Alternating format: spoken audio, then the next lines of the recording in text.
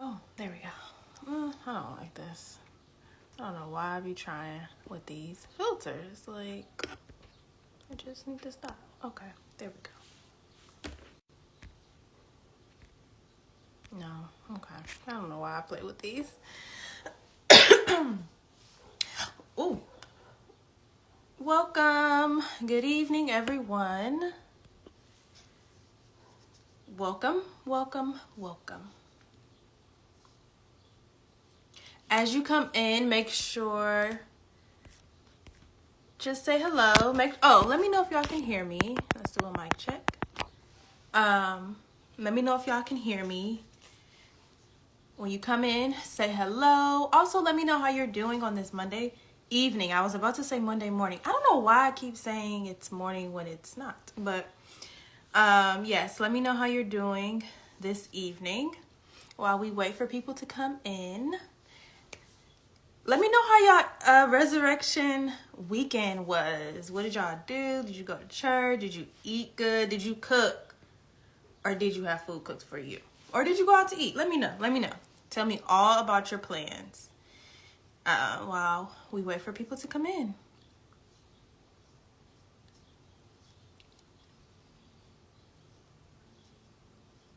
Share this. Also share this live with a friend. Let's get some people up in here. Share this live with a friend. I'm just doing one thing. That's why I'm looking down. Share this live with a friend who single, married, engaged, divorced. Share this with your friends that you think will be interested in hearing this conversation. Yeah, there we go. Oh.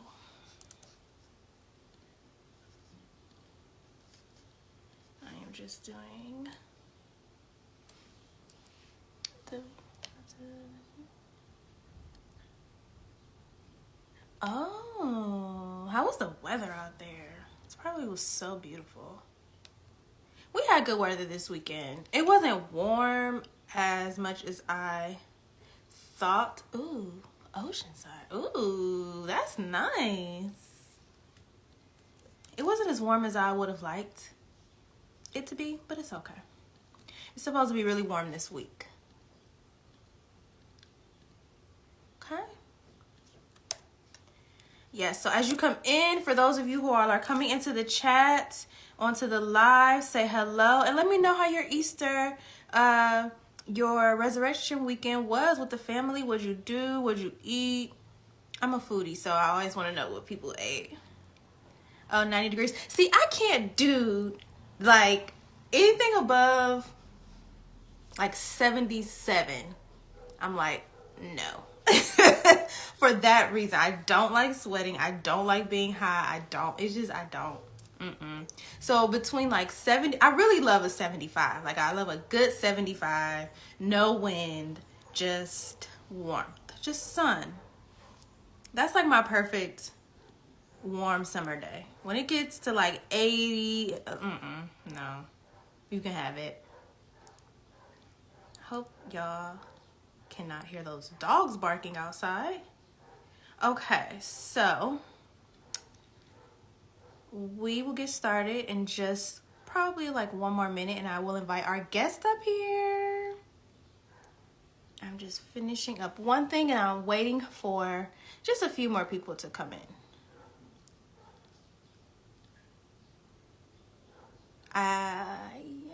Yes. Hey, girl. Welcome.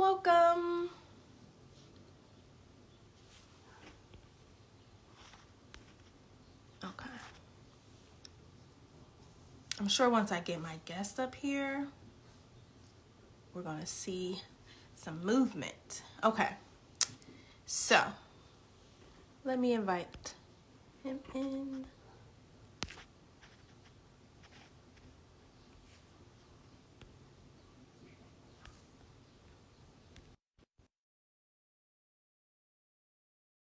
Oh, okay, it's an invitation. Tonight's conversation I am excited about. As I have shared before, first of all, if you don't know who I am Lisa Evans. Hello. Well, hey there. Pull your camera down a little. There we go. I am Lisa Evans. I am a blogger, writer, content creator. Here on the socials, and I have been doing this since 2016 in some shape, form, or fashion. And last year in 2022, I started this I Survived series because I wanted to, one, start to go live on Instagram and connect with my community more, and two, to just share different aspects of my story, because I have so many different testimonies through things I've lived through in life and survived. And I like to share my story as a way so that others don't have to go through and experience some of the things I've experienced, and also just a way to just fellowship with others around shared experiences, so whether good or bad. So last year I did a lot of the I Survived videos by myself, and then I decided for this year I wanted to add some people on to join me, because I have not experienced every situation that can be experienced. But if I invite other people, my friends, my community, on to share their experience, you hopefully, you'll be able to resonate with other experiences just like mine that are different from mine. So tonight we are talking about how we survived our first year of marriage. And I wanted to talk about this because our first year of marriage was unique because, one, for a lot of reasons. One, the biggest reason I think is because we lived through a pandemic. And so I did a little bit of researching just to get a little bit of statistical data behind just people's first year of marriage and marriage in the pandemic, to see what data has been gathered since we are in 2023 and the pandemic happened in 2022. So from what I gathered with research, even though it seems like a lot of people divorced during the pandemic, it wasn't the case number-wise, but a lot of couples did experience just relational strife during the pandemic because, one, if you were not used to working at home all day with your partner, you had to make that adjustment, whether you had children, whether it was just you two, whether you had parents or extra people in the home. Just being at home all day with your partner can be stressful if you had not done that before. Then you add on the fact that, the worries of sickness and illness and seeing all the deaths and all of these things just compounded a lot of couples' strife there during the pandemic. So not only were we in our first year of marriage, which is kind of known as the hardest year of marriage that everybody warned us about, we also lived through a global pandemic. And we are now wrapping up year 4, which is crazy. We will celebrate 4 years of marriage in August. So I kind of want to just talk about, our first year and what our experience was, and just a little, talk about our first year, what our experience was, and maybe kind of talk about how it is going into wrapping up year 4, going into year 5, which is a big, also a year. I don't know. Okay. Did you introduce me? No, I'm going to. Oh. They already know you married to me at this point. The cat's out the bag. They knew I was married to you when they saw the promo. The cat's out the bag. So, let me introduce this guy who clearly wants to control my show, but okay, so introduce yourself, just, your name, and share one fun fact about yourself. One fun fact about me, well, I'm Sir Evans, and one fun fact is I'm extra. I can be extra. What is that? It's just a splash. I'm very animated at times, I love to live life. So yeah, that's my fun fact. That is a fun fact. Also fun fact, but this is probably with most couples, I am introverted and my husband is extroverted, with a lot of personalities. Not personalities, personality. A lot of personalities. I'm like, okay, all right. I mean, do have at least two. So, I mean, you do have at least two. Personality, which is one of the things that actually attracted me to him. When we were dating, it was always a fun, good time. It was definitely different than the type of guys I had dated previously. And so it's always a good time. You know, we're always laughing. We're always joking. It's a good time. So yes, your personalities. Do you want to share anything else about yourself? Well, I'm having a ball. I'm glad to be here. Thanks for having me on. The beautiful host. I get to look at you on the screen here while we have our interview. Ooh, ooh, ooh. But yeah, I'm excited. Okay. I'm excited. Okay, so let's kick it off. More people will join us on the way. So just the first question is, I'm just going to ask a few questions. I'll answer some, but this could be a conversation. If you have any extra questions, or feel free to jump in, even though I know you will. So the first question is, describe our first year of marriage in one word. Fun. Okay. And it's lame. Give some context. Why fun? So I was thinking about that, and I was torn between two words. I'll say my other word for later. But it was fun because it was a new experience, and we were getting to know each other. We already knew each other, but living together, being together, coming together as one that first year, and then also, we would go out, we would enjoy ourselves, enjoy each other. And the funny thing is, we didn't know a pandemic was coming. So, we were really just having a good time and taking trips, and it's like, oh, the country's about to shut down, and we got this experience. And I think one of the things too is, I know it was, there was a lot of learning lessons. There was a lot of learning, and whether they were good, bad, I still had to find some type of fun in them in order to grow. So I think if I had to find a good word, it would be fun. Yeah. But I thought about that word too, because, and then I was like, I felt like fun sounded too, what's the good word? I don't know. Fun. I was like, should I choose fun? Because we literally did go into a pandemic, and that wasn't as fun. But like you said, our first year, so a little bit of backstory for those that don't. We met in 2017. We dated for we dated for 2 years. On our wedding day on our wedding month was our 2-year anniversary. We were engaged after about 16, 18 months. So we did get to know each other, but we really didn't know each other that well. Someone well enough to feel safe, to build a life with them, all those things. But in reality, especially what we know now after year 4 about each other, we didn't know each other that well. And so we really, started to get to know each other during our first year. And then we were traveling, like you said, by the top of 2020, right before the pandemic, we had already gone on 2 trips, and then the pandemic came. And so that kind of, like you said, shut things down. So yeah, I would agree. It was definitely fun. And even while we were in the apartment, for that time, we found ways to have fun. We found ways to have date nights and, just do our own thing. I think that we really learned how to do our own thing with each other. So yeah.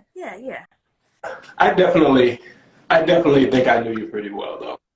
I knew you pretty well. I'm still learning, and it's a lifelong learning. And I think the biggest piece of the learning is learning how to love in the most effective way. That's the continuous learning piece. Yes, you learn things about you that help that.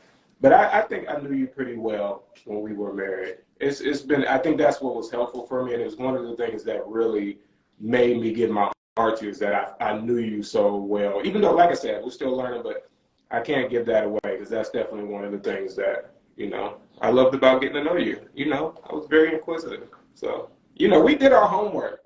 We did We our did our homework. we definitely did our homework. Okay, so what do you mean by we did our homework? We asked a lot of questions. Like, because Oh, people don't ask questions. I'm you yelling. know what? People I don't said, ask. What are these questions that we asked each other to help us get to know each other better, oh boy. or Um, ask me, or whatever? Even a better question is, what didn't we ask? But there's one that always stood out to me. And I share this with people. I share it because I think we have been dating for a couple. Yeah, we've been dating for a couple of months. You were about to move to Chicago, and I remember you asking me, "How do I want to raise my children? Like, what does that look like? How do you want to raise your children?" And it caught me so off guard because I'm used to asking these questions. You know, I've been thinking about this. I'm walking in my singleness. You know, I'm all sharpened up. I'm ready. You know, I got all the answers. And when you ask that, I'm like, whoa, she's thinking kind of deep. You know, and I had to make a decision on whether I answered that with pride or whether I answered that with my heart. And I answered it with my heart, and it was definitely a challenging question, but you know, it made me think. It made me think, and it also made me think about you and where your mind was at too. Mm-hmm. Mm-hmm. Yeah, I definitely had never asked anybody that question before, but I knew and this is why I also tell people one of the most important things you can oh, my computer, you can do in singleness in any stage of your life, even if you're married, is be in community with other mature, healthy believers. Because I was in community from 26, I mean, I'm still in community, but I was in community from 2016, heavy community, and I was around biblical, godly marriages. I knew what to look for and what I wanted to adapt and what I might not have wanted to adapt, what I should look for, what attributes make a good healthy family, all those things. So I only knew that from being in community and being around men who raised their children a certain way that was different from what I had seen growing up, whether it be my friends or whether it be myself. And I knew I wanted that. So I would observe the men, I would observe the women, observe the families and the dynamics, and then kind of like take it back and figure out what I want and what I didn't want. So yes. We did ask a lot of questions. I think that we were very intentional. Yeah. We're very intentional. I think that we went on our dates, hung out, we ate, we had the traditional fun courtship. Go ahead. Can you think of a question that I asked you that kind of caught you off guard? Is there one that jumps out to you? Ooh, my memory is bad. No, that's fine.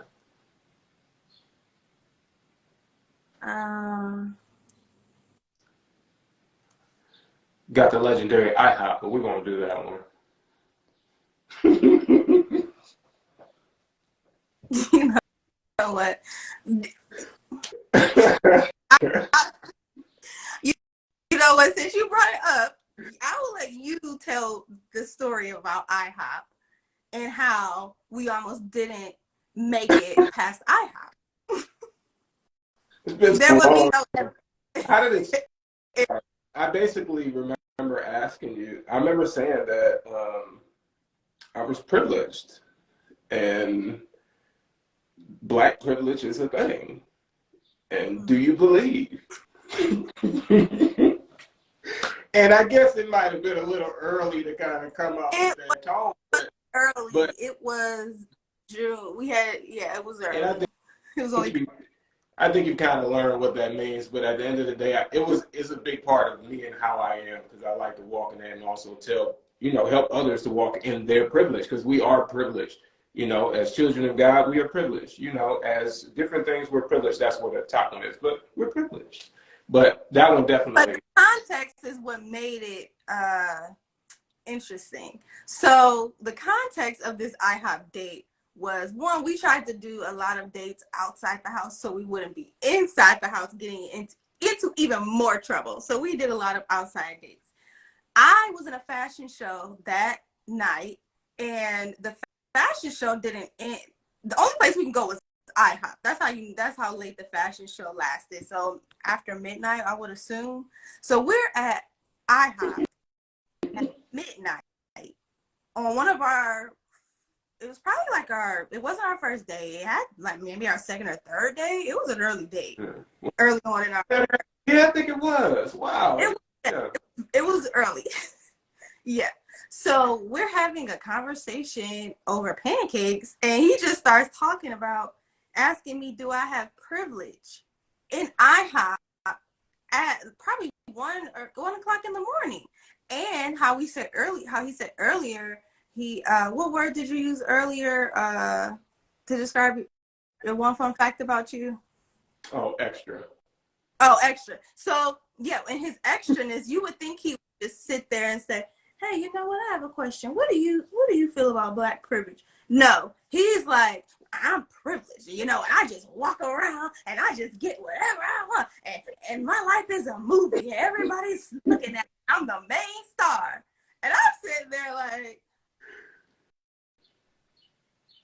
I'm pretty sure that's probably how my face. You're the star of your movie. Like, you are the star. You're a star. You're privileged. Your viewers, they're stars. Everybody's a star. We just lose our star power. Take your star power back. You're a star. You walk around in that body all day long, giving your star power to somebody else. It's ridiculous. Take it back. It's yours. Yes. Now, I will say that you were right in that regard.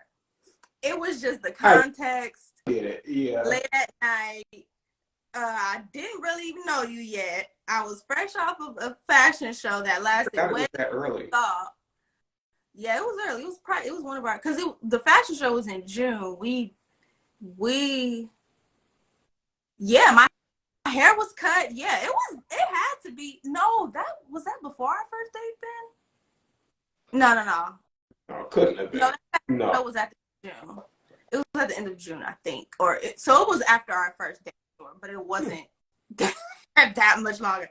I'm like, do I have to, double back around and readdress, reanalyze if I want to continue? But I did continue. We actually ended up talking in that Walmart parking lot for hours after that. And, it was okay. He was an okay guy, a great guy. Okay. The next question is, what was the most challenging part of transitioning to marriage for you? Pace. The most challenging thing was pace and pace. Because even with pace comes balance. So before being married, especially as a man, you're used to moving at a certain pace, right? You're used to going too. You're used to moving at a certain pace. And I knew the Lord had called me before we got married. We talked about this. Like, I knew my pace was going to change. That was what was put on my spirit, but it definitely changed.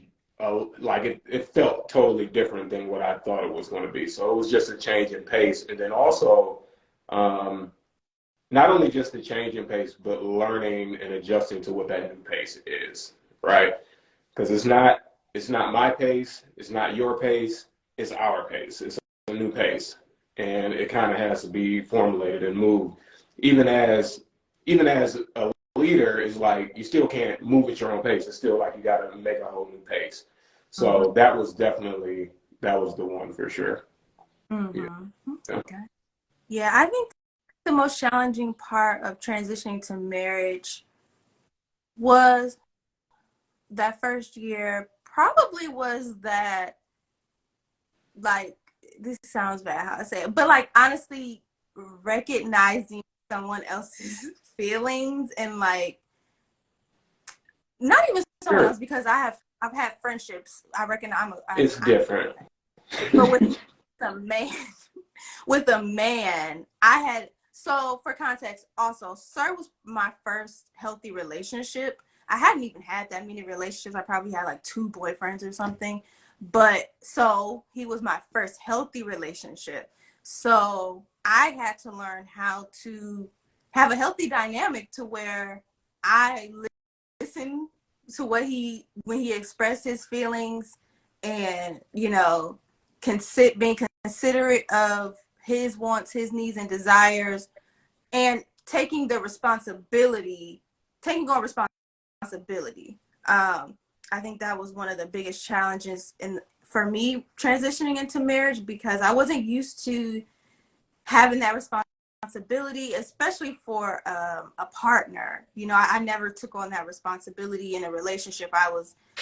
Because they were unhealthy. It was just unhealthy dynamics. Whether the guy I was with was either emotionally unhealthy, unbalanced, or I was, it just was never a healthy situation. So coming into marriage and wanting to be a wife, I had to take on the responsibility of being a wife, taking on the roles and responsibility of praying for him, listening to him, knowing his needs, and putting myself, on the back burner a little bit.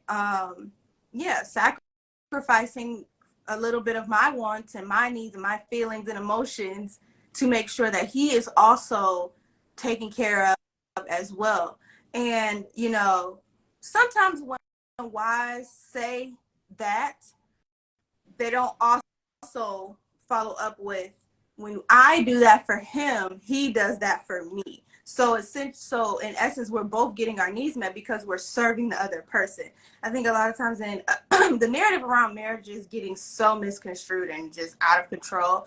And it's often one-sided, whether it's the man who's one-sided or the woman who's one-sided. The narrative just gets one-sided.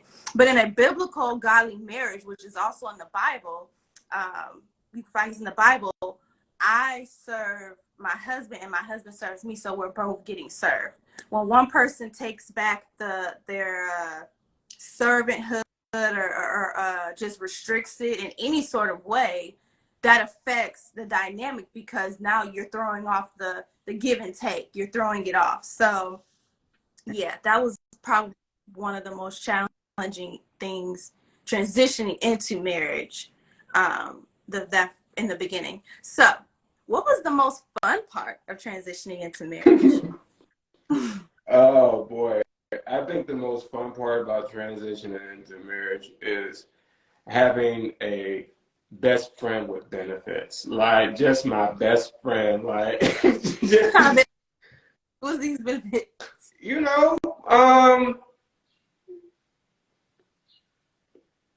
benefits, value. Just Like you're on my insurance benefits or something? Which no, we ain't talking about we ain't talking about it. You're not. We talking about marital bliss benefits. We talking about, two becoming one benefits. We talking about repopulating and having joy in this world benefits. Those. But we have a good time. We love each other. We laugh. We're intimate with one another, and it's a good time. Just having that person that you're literally doing life with, right? Like the hiccups that we have, the good times that we have. The reason why I can sum up year one as fun, right? Even when, there were rough times in year one, is because I'm doing life with somebody that I love doing life with, right? We both could look at this thing and see where if we got into this with the wrong person, oh, this is all bad, right? Especially if you get into it without God in the equation, first of all, but just being able to come together and be friends, like each other, love each other, enjoy each other's company, and then also it makes all of anything that's not pleasant, any headaches, hiccups, it still makes them enjoyable because of who I'm doing life with, right? So it's cyclical, it goes back around. How about you? The most fun part of transitioning to marriage, yeah, I would say the same thing, honestly.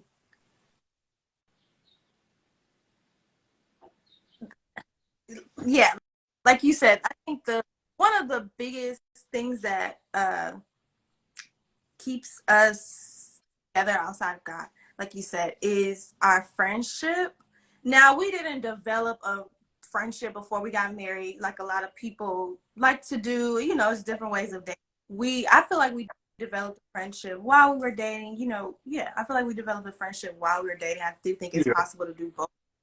Because if you take out the romanticism, you know, we enjoy each other even though we don't have a lot of the same similarities, like we like different types of movies, different types of music, things like that, but we have a lot of similarities that we do bond over, and we just enjoy each other's personality. We enjoy each other's thought process and the way we think, the way we analyze, our outlooks on life. We just enjoy that about each other. So that allows us to have a good friendship.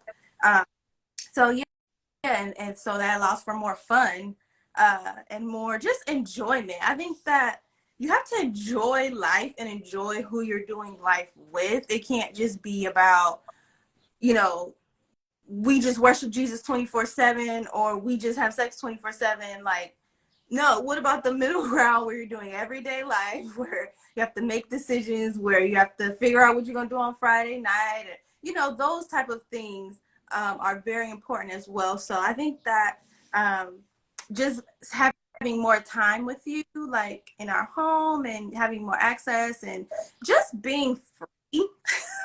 I think that, like, just being free and being able to just do whatever within the confines of our marriage was a fun part because we were like very just like you just had to be not strict but just protective, diligent, observant, intentional before courtship around a lot of areas. And then when we got married, we can just be free. We can just hang out and do whatever we want for however long we want. So that was very enjoyable, especially our first year when we were then forced to be in the house all day together. We didn't get bored with each other. Like, we weren't like, Yeah. oh my God, still here today. Like, we I, got at that, but we weren't like serious. yeah, I always used to make the joke like, this is what retirement's going to look like. So get used to it. Like when the pandemic hit, like if we can get through this, then it's like this was going to look like in another 50 years Right. and we sitting around looking at each other. Um, but you said something I just wanted to mention. I forgot, but yeah. Okay. Did you have any preconceived notions of how marriage would be before you got married? And if so, let's start there. Not really. I think the biggest thing that I had about marriage was kind of the opposite. That I knew that there were going to be things that I did not anticipate. There was going to be all type of new things and all type of new experiences. So I really had an open mind coming into it. I really didn't have like, yeah, it was more of that. That it's like, okay, I know there's going to be things coming at me that I'm not anticipating. So I'm like, okay, bring it on. Yeah. I did. I did. I think most women do. I mean, most people do. I think you're just a very practical person and you have had to see life for what it is because of Yeah. what you've gone through in life.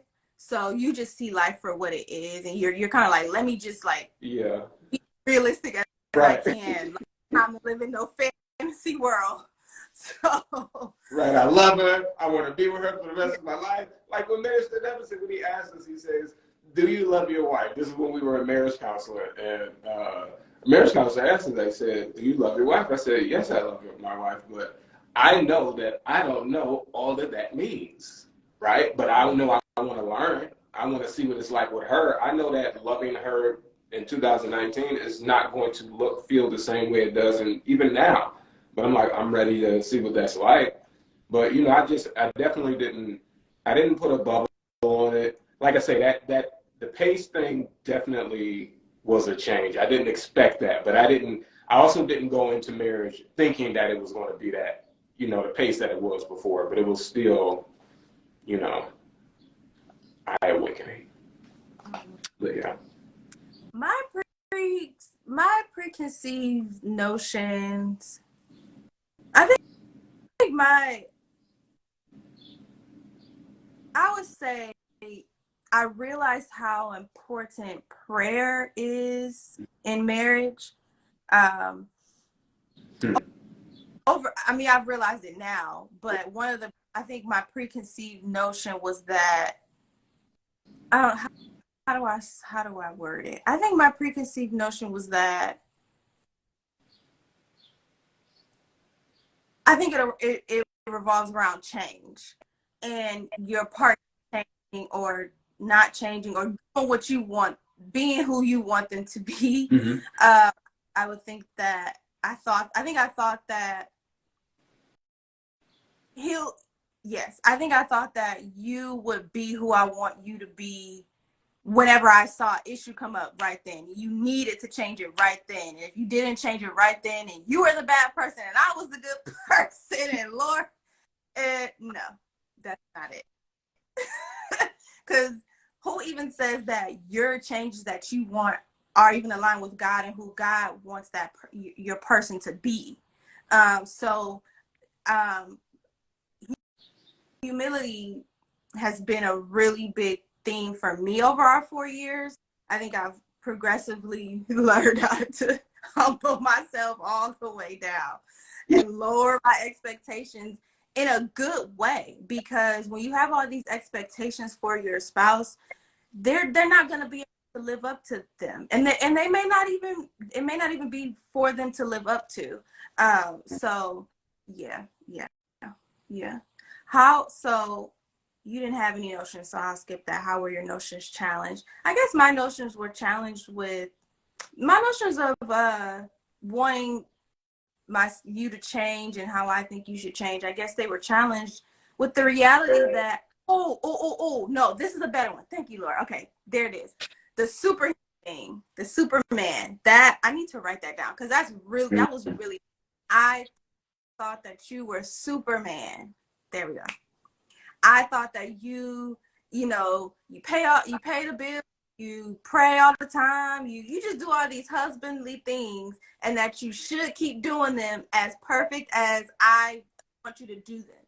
And so my notion was challenged with that, realizing that you're not superhuman, you're not Superman, you can't do everything that I want you to do, and you can't be, this man and a and a all these different things wrapped into one. It's not reality. I'm not even Superwoman and the first lady and this wonderful housewife. I'm not all those things wrapped into one. And so my notion was challenged during that first year, and I just learned how to give you grace. Well, I didn't learn that year, but I was learning how to give you grace. I feel like I got to work on it now. That was good. That first, like, what? Like, so you can't do this? Like, you can't just, cater to my emotions all day and work and do stuff around the house and pray for and lead us in Bible study and have, relationships with all these people that I want you to have relationships with. It was just too much. And yeah, I'm so glad that God humbled me with that, because that's a struggle that I think that it's not really like talked about verbally, but I think it's a sentiment that a lot of people and wives have, Sure. especially for men, because I think men are seen as superhuman and superman in society. Yeah. And because society we don't debunk that in society, we bring it into our relationships. And then when the husband doesn't do something, like if he missed a prayer one night, you ready to divorce? What? No, how about you pray that night? I remember just being such a complainer to my mentor. I'm like, why is he not doing this? And why is he? And she's like, girl, what are you doing? Why are you not praying for him? Why are you not talking to the Lord? Why are you not giving him grace? So yeah, that was just really good for me. Did you have anything? No, I think men have the same struggle, and I think just I had a lot of time with the Lord, as you knew, before we got together, and I think it just some very. I had a lot of humbling before we got together, like a lot of humbling. And one of the things that I got when we were dating was that uh, from the Ooh. Lord, pretty much saying like, I can't wait for you to change something, right? And like you said, it might not even be for you to change it, but more or less asking the Lord, okay, how do you give me what I need to move forward in the season with that, right? If there is an issue, if there is a concern, give me what I need to move forward. Give me what I need to Yeah. handle. That's pretty much. You do what you got to do, but even if it never, because here's the thing, even if it never changes, I still need God to give me what I need to go through, right? So Yeah. regardless, that's what you sign up for. Like it ain't we get in this and you change this, you change that, and if you don't change this, then I'm about to check out. No, Yeah. it's that's the whole round and round thing. It's like, okay, if you don't change this, then God is going to pour into me what I feel like I might be missing, right? Where I might be not full, right? The Lord pours that into me, and then I'm able to pour back into you. So we should never be without. We should just be continuously flowing into our cup, and the Lord is flowing into the cup. But sometimes we each have bad days, bad moments, bad hours, but we continue to pour into one another. At some point, the Lord is pouring in there too.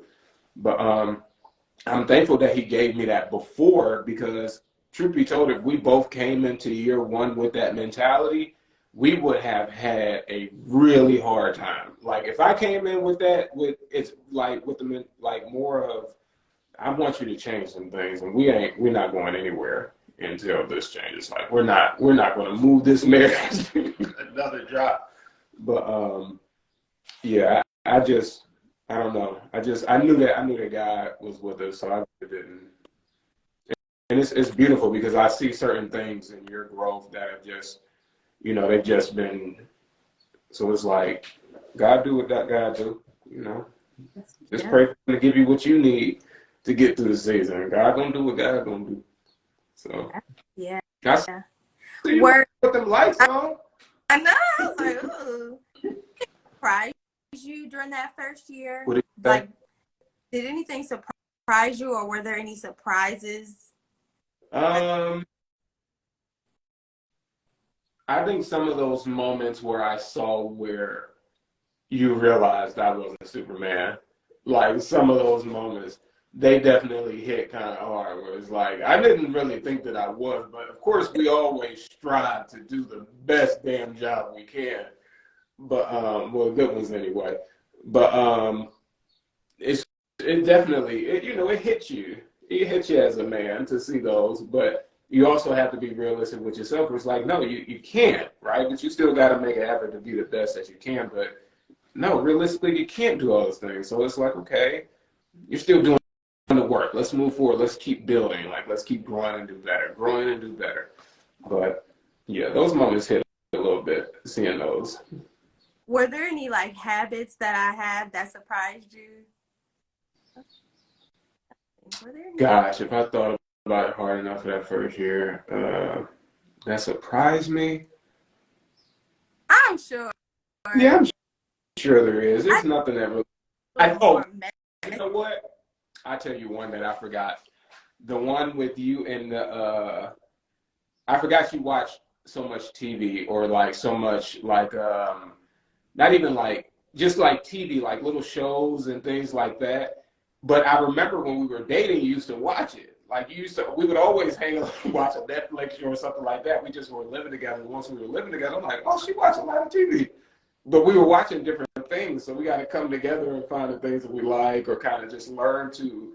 We're not just getting off the phone saying, "Oh, you watch what you watch, you watch what you watch." No, I'm actually seeing. I'm like, "Oh, okay, so this is what she be watching." Oh, okay, right, okay, all right. But great. yeah, yeah. So that was fun. Took a little while to get caught up.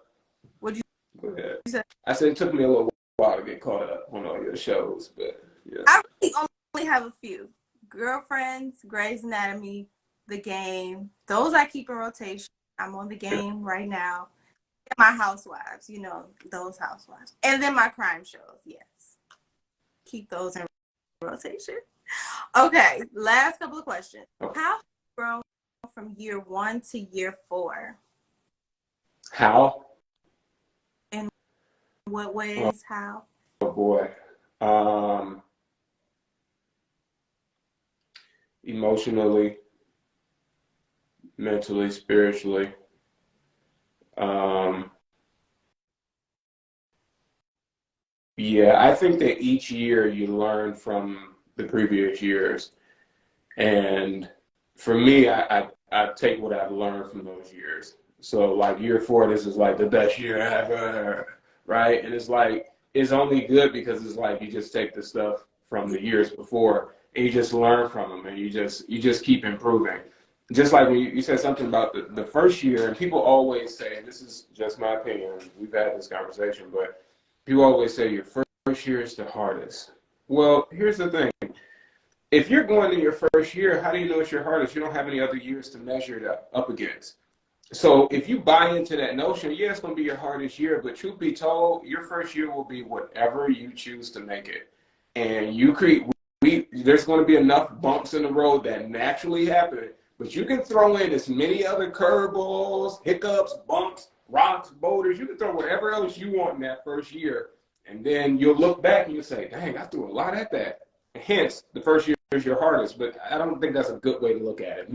Make your first year your best year. Make it whatever you want it to be. You'll look back at it. And the other word that I was going to use aside from fun is catalyst, because that's another word that it was. It was a catalyst year. It kind of defined, okay, it's a benchmark. Okay, here's where we are. Where are we going?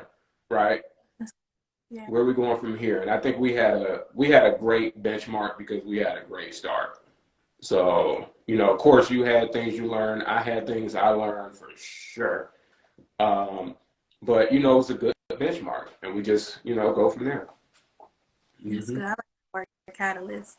I think I've grown a year from year 1 to year 4. I'll say definitely just maturity. Um, I just learned to take responsibility for my life. Obviously, I had responsibility over my life before. I was a well-grown, independent adult. I graduated college. I lived on my own for a little bit. I was, a grown-up. That had taken responsibility over her life, but I think I had to take a responsibility over my maturity. I had to really, over these past 4 years, really face myself and really see, like, okay, what type of woman do I want to be? What type of wife do I want to be? What type of mother? I'm not a mother yet. I've thought about that. What type of sister, daughter, friend I want to be? Do I want to be? And who is God making me to be?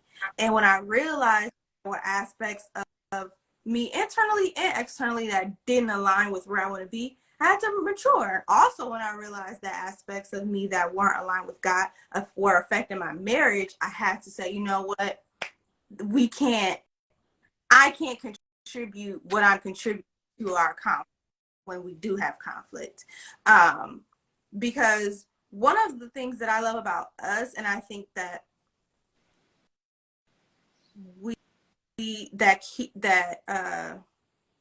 just makes us strong is that we have a solid foundation in the Lord, and we understand the purpose of marriage. We understand that marriage is not about us, and we know that our marriage is going to be the catalyst for those around us and our future generations. So we never get too caught up. Even if we do get caught up for a little second on how we feel and how we want things, we don't stay there for too long, because we know, all right, this ain't just about me and what I want, or even just us. This is about our future generations. We're trying to do something here. This is purposeful. So, I had to just allow God to mature me up. I was thinking of the story. I was thinking of the airport story. And I think that's a very good a very good picture of how we both have matured and learned and grown over these past 4 years. Uh, Oh my goodness. so the airport have a lot of funny stories between us too. But this was probably one of the best. We definitely would tell our children about this. So we like to travel. And, like we were saying before the pandemic, we were traveling. The pandemic came, we stopped traveling. Once we started traveling again in 2021, We went on our first trip out of the country in 2021. So a lot of people say, you know, you have to be a team in marriage, but that really that shows itself in a lot of different ways. And if you are not on the same team, y'all will be out here looking crazy. Looking crazy. So what happened was we had not gotten down how we travel. We have it down now, and I think this was the last trip, or was it a trip after that? Oh, it was the trip. What was that? Yeah. But this was, I feel like that one was better than this one. I feel like this one, we was like, between us, we can't do this the same way. The suitcase was like, okay, the way we pack and all that stuff.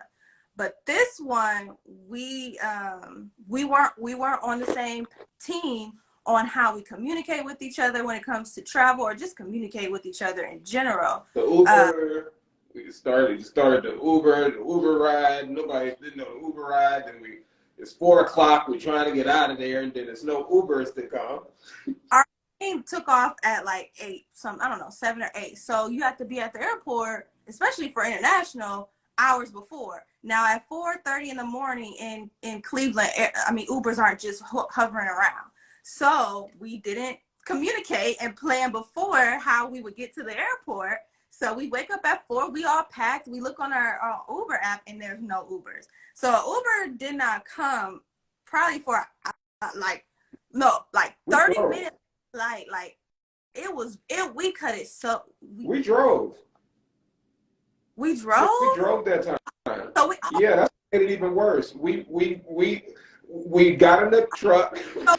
We drove to the airport. We had to pay extra because we wound up paying every day that we was gone because we didn't want to miss it. Then we had to run to the airport and let you pick it up from there. Oh, yes. So there actually were no Uber, so we had to get in the car, drive. We lived close to the airport, so that wasn't a thing. But we had to drive to the airport, find a parking spot, then walk all the way to the terminal to check in with our bags. We dragging them. So we get into to the airport to check in. The line is so long for TSA. Our flight left at 8. We were in the TSA line at like 7:30, like 7:45. So when we were at the gate, we actually luckily it wasn't even luck, it was the Lord. The Lord was really carrying us that night. That was it. Because we told them like, hey, we're on this flight to wherever city we were going to, you know, can you just let them know we're on the way? So we were just like, let's just tell them and let's just hope that they could just, we get there on time. So we were in the TSA line, long line. So we both got irritated because we're also like, dang, we about to miss this flight. We're not about to, then you thinking about we got to pay and all this stuff. Then we're mad at each other because we're blaming each other, which is what you do not do. Instead of coming together to fight the problem, we fought each other. So I think it was even internally, we just pissed at each other like, I know we thinking this idiot just So get to TSA, get through. Our flight was leaving in like, the doors was closed. Yeah. But got out of TSA, not even to the gate yet. The doors were closed. So we do all our stuff, not take our clothes off, but do TSA. And so it's like, okay, so when you get out, just run to the gate. Now, I don't run in public. First of all, that's very embarrassing unless I am jogging for exercise. I don't run in public. That is just very embarrassing to me because it shows that you are all over the place. You just doing too much, and I'm not that great of I look silly, it's just not an activity that I want to do. So I'm full speed running like a freaking track star through the airport, y'all, at 7 in the morning, looking silly. Sir's running up behind me. I don't know. First of all, he was like 5 minutes behind me. I don't know how he caught up. Well, I do know because he obviously is way more athletic than I am. I'm thinking I am. These are the moments I trained for. I'm thinking I'm running for my life. I turn around, he's right behind me. I said, "Oh my God, I'm about to make us miss this plane." I was supposed to be ahead at the gate, and he right behind me. So we're almost at the gate, and thank God there was a flight attendant or a stewardess or someone. She said, "Are you the Evans or Lisa Evans?" I'm like, "Yeah." She was like, "Okay, we're gonna hold the plane for y'all." And y'all know this do not happen, especially for most folks like us. it does not happen. She wasn't even at the gate. She was looking for us because we had told them, because it was something with our flight too. I couldn't remember what it was, but we told them when we got there, like, hey, we're on this flight. You know, we're a little behind, just blah, blah, blah. It was something that, I forgot what it was, but it was something that made it a little, they worked with us. But so she already knew we were like the last people to get on that flight. So they waited for us and she came looking for us. And so when she said Lisa Evans or the Evans, are y'all the Evans? I was like, oh my God. And I stopped running and we got on that plane. But it was the Lord. Both looked at each other and was like, this is God, because like you said, they don't hold planes for anybody. We made all the mistakes. It could have been prevented. And we were fighting each other the whole time. When God was like, look, exactly. Come on, y'all. I'm going to get y'all through this one. But you know what? And what we say afterwards, what I say after, I say, we look bad as a unit out here today. As a unit, we look bad. We got to do better as a unit. It was a good learning lesson, though. It was a great learning lesson. Because we thought we was doing good, but of course, when friction happens. But that was friction that could be avoided and is avoided as we grow. But that was definitely that was a learning lesson for sure. Flag. I feel like that was a red flag. And what I love about us is what I love most about us, like I said before, is that we don't stay stuck in some mess for too long. We've only been married for almost, but I feel like we really have overcome a lot of issues that trip people up to where they could get stuck and eventually, later down the line, divorce. I think that because we know our purpose and be led by God, we're able to not sit in our stuckness for a long time. I forgot where I was going with that, but that's what I love about us, because we were like, and we recognize when God is speaking, right, and when God is teaching us something.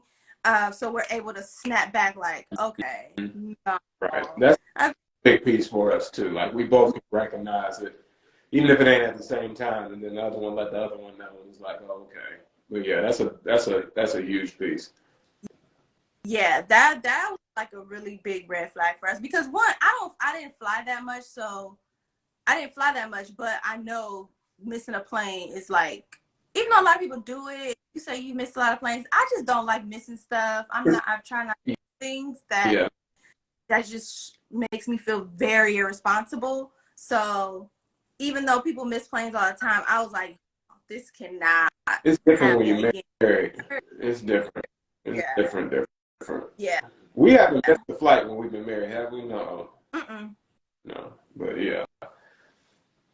Nah. So that was that airport story. That was year 3. What was it? That was 2021. Oh, so no, year 2. Oh, I guess we were going. Yeah, it was March. I think that was March. Yeah, that was year 2 actually. So that was 2 years ago. So yeah, that was like a huge red flag for us, and I'm glad we got that together. Even more so now, we had another situation with our packing style, just trying to figure out how to pack all our clothes into one suitcase. That also taught us that we need to communicate a little better when we travel. So now our travel has been much smoother. We've been able to enjoy each other in the airport and enjoy each other on the flight without having to, regroup and get all frustrated and all that craziness that we were doing before. I want to share this because somebody might listen to that and think, like, why is a little thing like that so important to shine a light on? Because it's not going to be the big things that you get hung up on. It's not going to be the big things that trip you up most of the time. It's going to be the little things that you have a communication issue over that turn into bigger things or have the potential to turn into bigger things. So that's why it's important, because what they say, devil's in the details, but God is always going to iron it out. But yeah. That's very true, because say we were to keep, we didn't learn our lesson from that. Like, that could affect how we travel in the future. Absolutely. Where we're like, I'm with you. Right. Yeah. How we going somewhere? Like, nobody wants to do Yeah, absolutely. Yes. Okay, so to wrap up, since it's 8 o'clock, do you have any advice for engaged couples for their first year of marriage? I think we kind of gave a lot of things that they can take, but if it's like maybe one thing. Yeah, I would probably, the biggest thing, of course, is to keep God first. Um, keep God first, keep God first, keep God first. I think that's important because even whether you're a man or a woman, I think sometimes as a man, um, you can put other things first. You can even put your wife first, but you got to put God first in order to know how to put your wife in the best position. Like, I can't focus more on you than I'm focused on what God is telling me on how to move for you. Um, and another big one, I probably would say this, but I would use some discretion, but I would say don't make drastic decisions like your first year. They tell you that when you also like lose someone too, like don't make drastic decisions. But when you gain someone so special, you don't make drastic. Now, it's a difference between you got to measure that between valuable, like valuable versus drastic. Sure, you might want to jump in and have a, have a baby or, or something, buy a house. But I'm thinking more drastic, right? Things that impact the relationship in ways that you may not know how they'll impact it at first that may change the trajectory of your marriage before you even get in there good. Because I think one of the biggest things that was beneficial for us is having that time to still grow with one another, even become better friends, to enjoy one another, enjoy that company without throwing a whole bunch of extra stuff in there. Like, just like it's so many things people throwing in this world where it's like, no, you ain't gotta throw it. It's enough already. Like, just but don't make any drastic choices. Like, don't get drastic.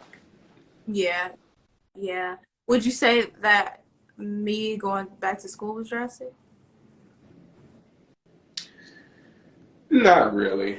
No. Was that the first? That wasn't the first year either. It Was was. it? It was fall 20. Yeah, because I graduated in 22. Oh, So yeah, that fall. busy first year. Well, you know what? I say that borderline is that drastic. I guess the only reason I wouldn't consider that drastic is if we had never talked about it, right? Okay, We okay. talked about that, but if we had never talked about it, you say, "Hey, I'm going back to school and I'm about to stop working." Yeah, that's drastic. That's drastic. But we had conversations about that before, right? So Mm-hmm. yeah, that's a good example though. If you don't mention that could be a drastic one. Because Yeah. now as a provider, I have to adjust how I'm going to move, how we're going to take care of the family. There's so many things that, yeah, that's a drastic one, right? We didn't talk about that. When did we get a chance to get on the same page? Like, Part where I didn't want to work. I didn't want to work at the job I was at. I would have worked, but just not there. But we did talk about me going to school, but the job thing, that was drastic. And I definitely would not do that again. no, we talked about you not working. We talked about you not working for sure. About me not work, when did we talk about that? Honey, I had to come up with a budget for that and everything. Talk about it before you get married. You mean like Oh, talk about it oh yeah, on before we got married. Okay, okay, okay. the plan. Yeah, I can see that. Yeah. But I would agree. I think that definitely I would agree with that because I am very excited, God willing that we will get to expand our family, but I'm definitely glad that we waited or it didn't happen. It hasn't happened within these last 4 years because it has given us a chance to know each other more, get comfortable with each other, face our own insecurities, create a foundation, stable foundation, a consistent foundation. So yeah, I'm definitely glad we waited on that. And on yeah. So yeah, I think following your own uh, narrative or whatever you and your partner want to make your marriage be, follow that. Like, don't feed into like, okay, you get married, okay, people start asking you when the baby coming, okay, so now we gotta have a baby in a year. because people are asking, or I seen, all my Instagram friends, they had a baby right after they got married. Like, no, Or don't this or that, feel pressure. or house or business, car, anything. Like Yeah, anything. Like do what you need or y'all need to do. Lord has called y'all to. is feeling like you have to be in a house, when you get married or right after. Like, no, do what is best for you, financially, mentally, spiritually, physically, all that, and your partner, and what God tells y'all to do. Really, do what God tells y'all to do. Yeah, I would say my advice would be, like you said, stay close to God. I would also say, I definitely, when we first got married, I would say a lot of go to therapy, get healed and stuff. But I do see that God works a lot of things out. So I do think you should go to therapy and make sure you are asking tough questions about yourself and who you are, and processing it with your therapist, like going into your childhood and just digging into your childhood and seeing, just making sure you're healed in that area. But God does definitely heal a lot of wounds after marriage. So it's kind of like both. Also be open-minded. Like just be open-minded. Like, just not in regard to your values and all those things, but to how you think your marriage is going to go for the next 50 years, because it's not going to go that way. And that's fine. It's not supposed to.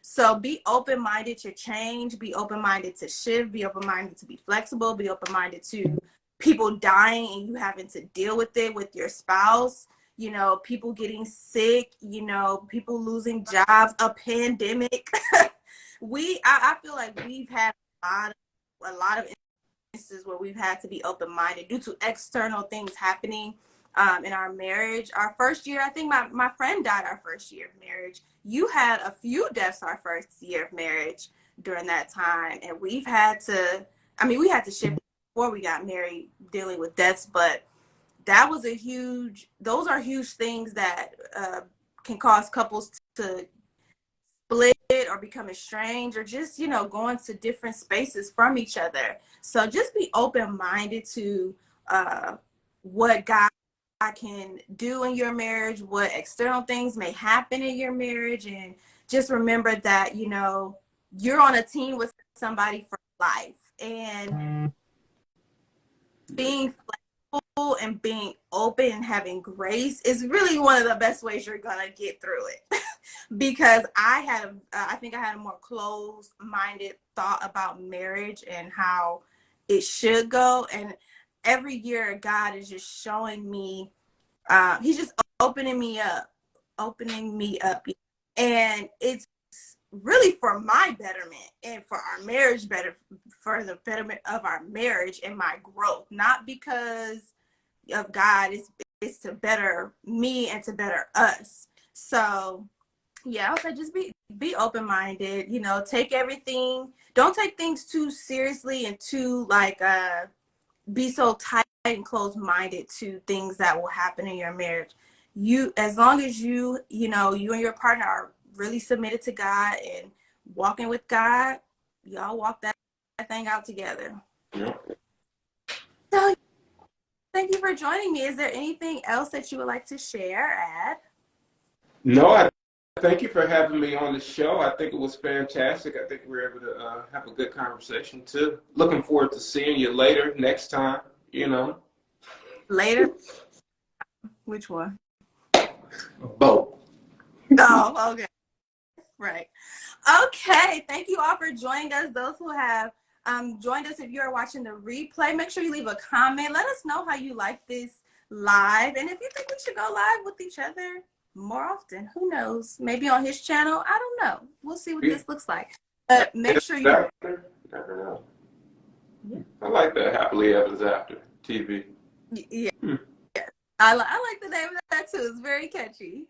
Our next 5 Instagram Live will be May 15th at 7 p.m. We're going to be having a new group of folks, a new topic, and I hope to see you join us then. Also, if you are a woman looking for an online community of believers that are trying to walk out their life with God the best way that they know how, that we know how, join my virtual Bible study group. We have a private Facebook group that goes along with the Bible study. My Bible study meets once a month, every third Monday of the month. So next week we'll be live on Facebook with our Bible study in our Facebook group. But the only way you're going to be able to see that Bible study is by being in the Facebook group because it's private. So if you want to join the community, make sure you click the link in my bio. Sign up for the Bible study and you will get information on how to join, all those things. That will be next Monday for our next Bible study. In the meantime, make sure you go follow my husband and see what he has up. He has a very inspirational, motivational Instagram page. Actually, share your Instagram pages with us. It's Quality Service. Service spelled SIRVICE, Quality Service. And then my personal page is Surreal Life, where there's also content on there as well. Yes, so go follow him. He also has an amazing, wish I had it with me on the side. And then, there he goes. He also has an amazing planner. Yeah, we're going to do some promo. Look. Superpower planner available. Oh, and that's just one color. He has how many colors? There are 4, and there are new models coming soon. It's exciting. Exciting stuff. Follow me, and we will see y'all next month. And well, not we, but I will see y'all next month in our next Instagram Live I Survive series. I hope you all have a good night. See ya.